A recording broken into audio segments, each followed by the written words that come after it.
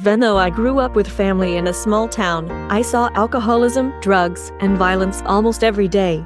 It was common. I remember seeing people put up fences outside the schools, but that didn't stop the alcohol, drugs, and violence from entering the classrooms. Gangs started fights and brought in drugs and alcohol. This was in middle school. Sometimes even walking home from the bus stop wasn't safe for me alone. Maybe these are some of the reasons that my mother and aunt decided to pull me out of public school and send me to a private school. My mother's first choice was private school in the U.S. state of New Mexico, but I was put on a wait list.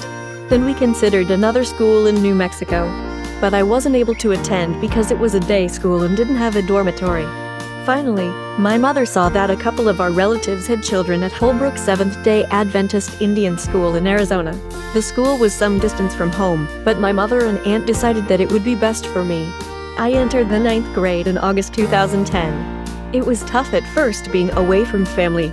I had no problem doing things on my own like laundry, cleaning my room, and basically taking care of myself. The only thing I wasn't ready for was Bible class.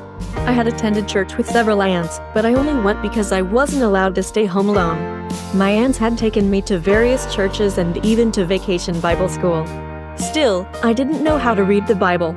At Holbrook, it was embarrassing not knowing how to read the Bible at a Christian school. But slowly I started to learn about Jesus and how he works in our lives. I gave my heart to Jesus. 4 years later, I graduated from Holbrook Indian School. I studied in college for 2 years, but then moved on to other things. My life became busy, and I lost sight of Jesus and being a Seventh-day Adventist. While visiting a friend in Texas, I heard that my aunt, who is like a mother to me, had gotten really sick and was in and out of the hospital in Phoenix, Arizona. I caught a flight from Texas back to Arizona on my birthday to surprise my aunt. I spent time with her before she passed away a few days later. After her passing, I ran away from home and back to Texas. But I wasn't happy.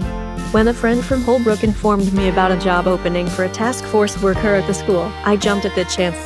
When I returned, I worked closely with the students, and it brought me so much joy. The following year, the school asked me to return as the scholarship coordinator.